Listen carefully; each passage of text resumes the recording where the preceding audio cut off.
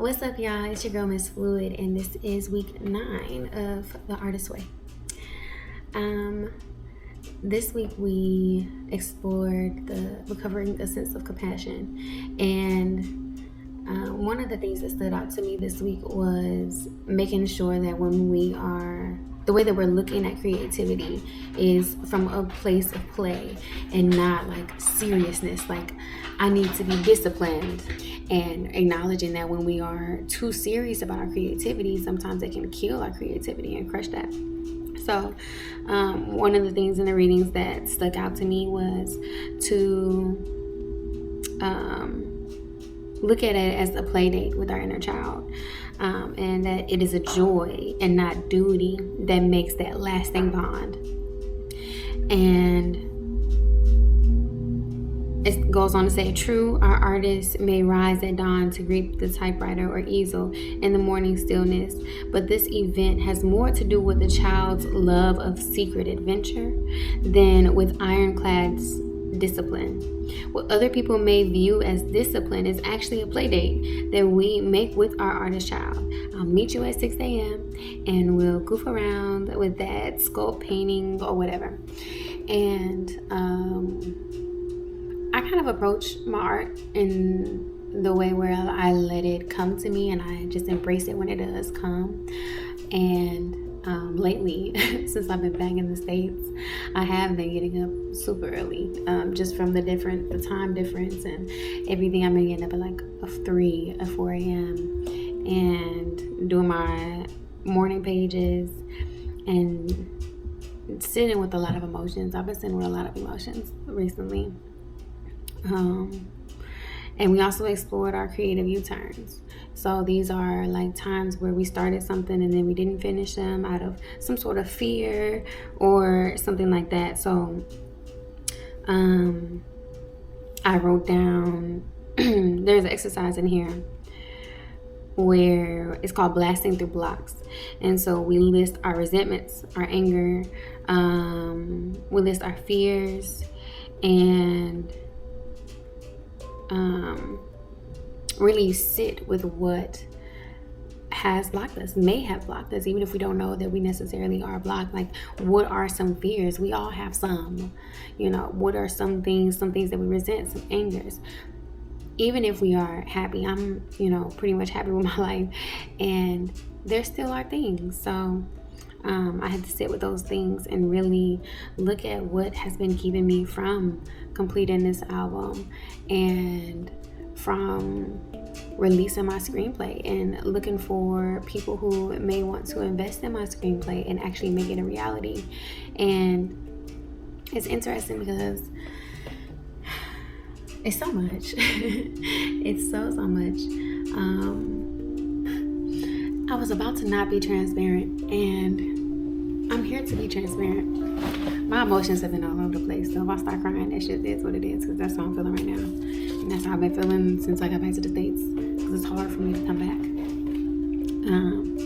But resentment, being mad at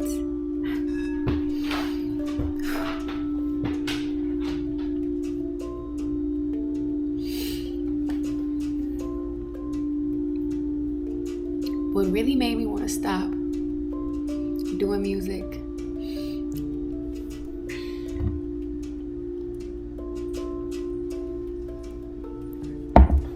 what made me want to leave the spotlight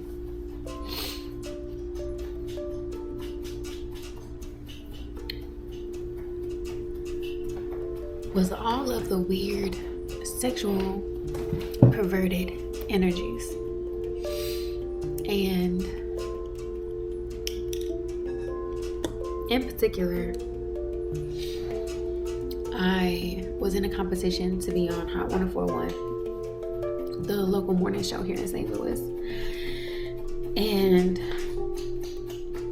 being there, I immediately knew that I didn't want to do it. We had 2 days of auditioning. I immediately knew that was not for me.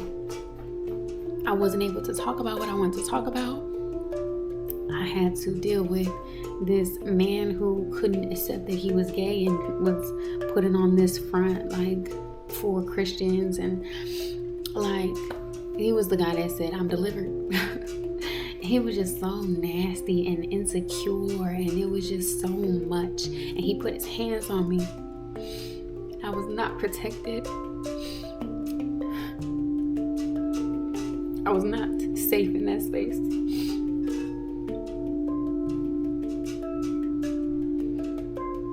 And then someone else came to me offering me a co-host spot for a show for ABC. He was so perverted and nasty and slick, slimy, and it just really turned me off.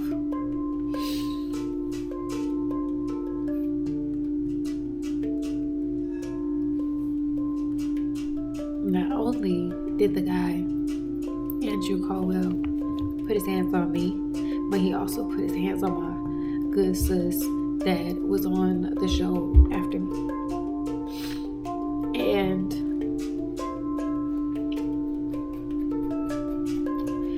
it made me think about my case that I had with military sex trauma. Y'all, it's so deep. There's so much. But with my case, I was so conflicted. I didn't want to deal with it anymore. I didn't want to know anything else. I didn't want to talk about it anymore. And so I told them that I didn't even want to know the results of the case. I didn't want to go to court. I didn't want to make a statement. I didn't want to do anything. And now I'm like thinking about, like, when you don't speak up, you allow those perpetrators to do it again to somebody else. And I have so much resentment and anger towards that. And that is why this next album is a self-care tape. And it is a healing tape for me and for others. And I do have fear surrounding not being perceived the way that I would like to be perceived. Because even though I've grown so much, a perv is gonna be a perv. And I am so much more strong. I am so much more in tune with my voice to speak up. But it just seems like perverted people are so good at finding ways to be disgusting. And that made me want to leave the spotlight. It made me want to stop even going to artist shows, even though I love music.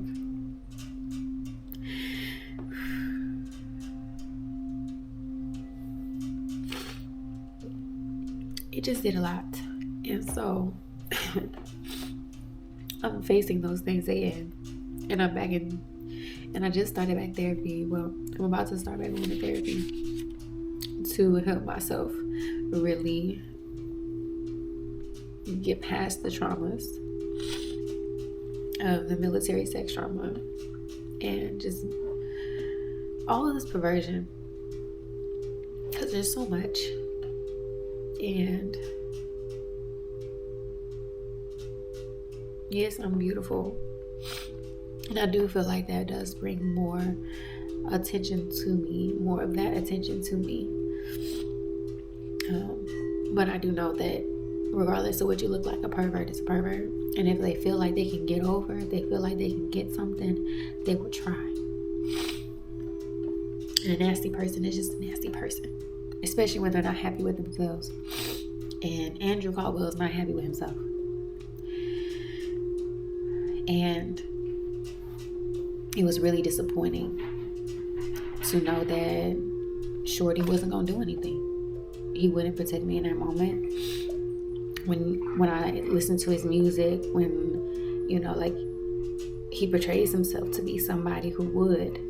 And it really did. I haven't even talked to him about it, so I do feel bad, but like saying this on camera without speaking to him specifically, I haven't talked to him at all. And he doesn't know how I feel. But I just really felt like I was not safe in that space. And that it was such a toxic environment, and I felt like it didn't have to be that. Andrew Caldwell did not even deserve that spot. And I was not able to shine in my full light. I wanted to talk about the Fearless Fund and everything that was going on with them, and how affirmative action. Like, I wanted to talk about real things, but they want me to talk about reality TV.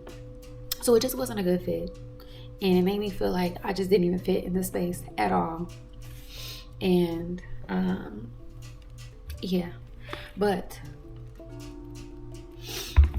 so that made me kind of afraid of recognition. I also had people hit me up, like telling me what to talk about and all that stuff, and it's like that comes with the territory, and I was tired of that.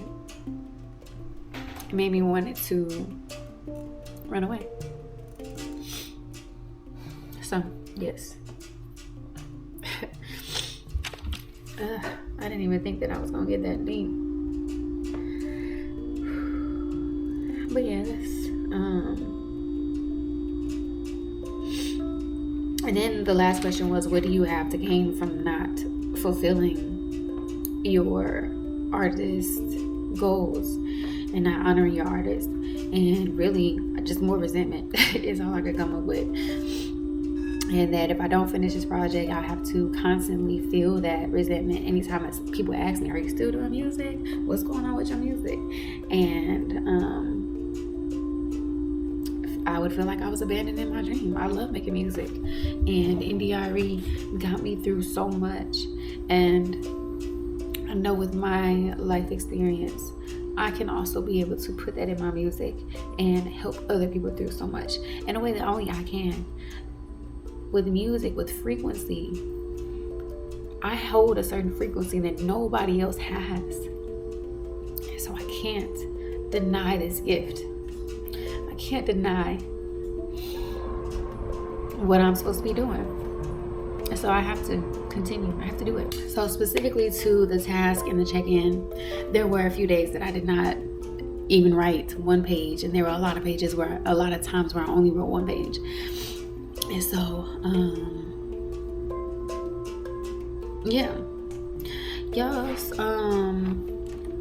for the task, one of them was to write out your priorities for the week, the month, the year. And so I did that, and I also added 3 months. And one of the big ones is to continue to grow my YouTube channel. And to really look at how I'm giving value. And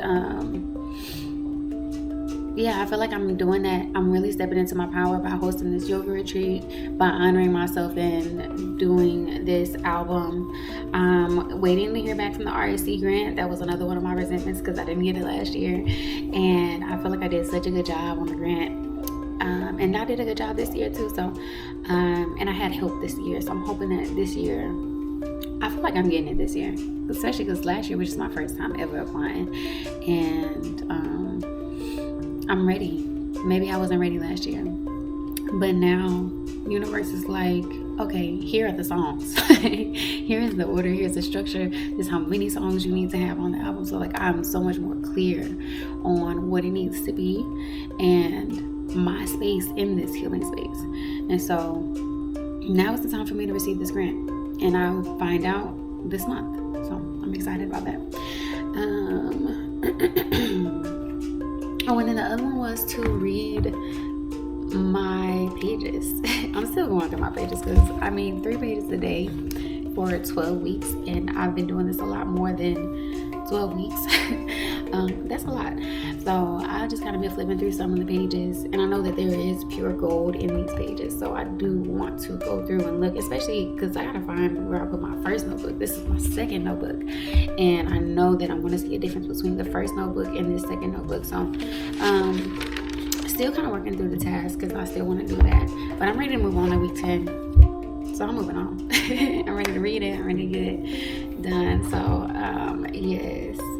Let me see. What is week 10? Oh, and I was in Thailand and I did a few artist dates by myself while I was in Thailand. Even though I was traveling with somebody, we took a couple days apart, which I think is necessary when you're traveling with somebody for 3 weeks and y'all don't even be seeing each other like that. So that was really good. I really enjoyed my artist dates while I was in Thailand. So week 10 is recovering a sense of self-protection. This week we explore the perils that can ambush us on our creative path, because creativity is a spiritual issue. Many of the perils are spiritual perils. In the essays, tasks, and exercises this week, we search out the toxic patterns we cling to that block our creative flow. So that's going to be good. I feel like this is going to be really good, and I'm ready to move forward. Week 10, week 11, week 12, 3 more weeks, and I'm done. And I'll have the Artist Way grant and be ready to finish my album. I'll have everything that I need and more to really step into this purpose. And so I'm really grateful for this opportunity. And yes, it's a blessing. I've been through a lot. And I love myself. And I think I said this last week, but I'm so glad that I don't look like what I've been through.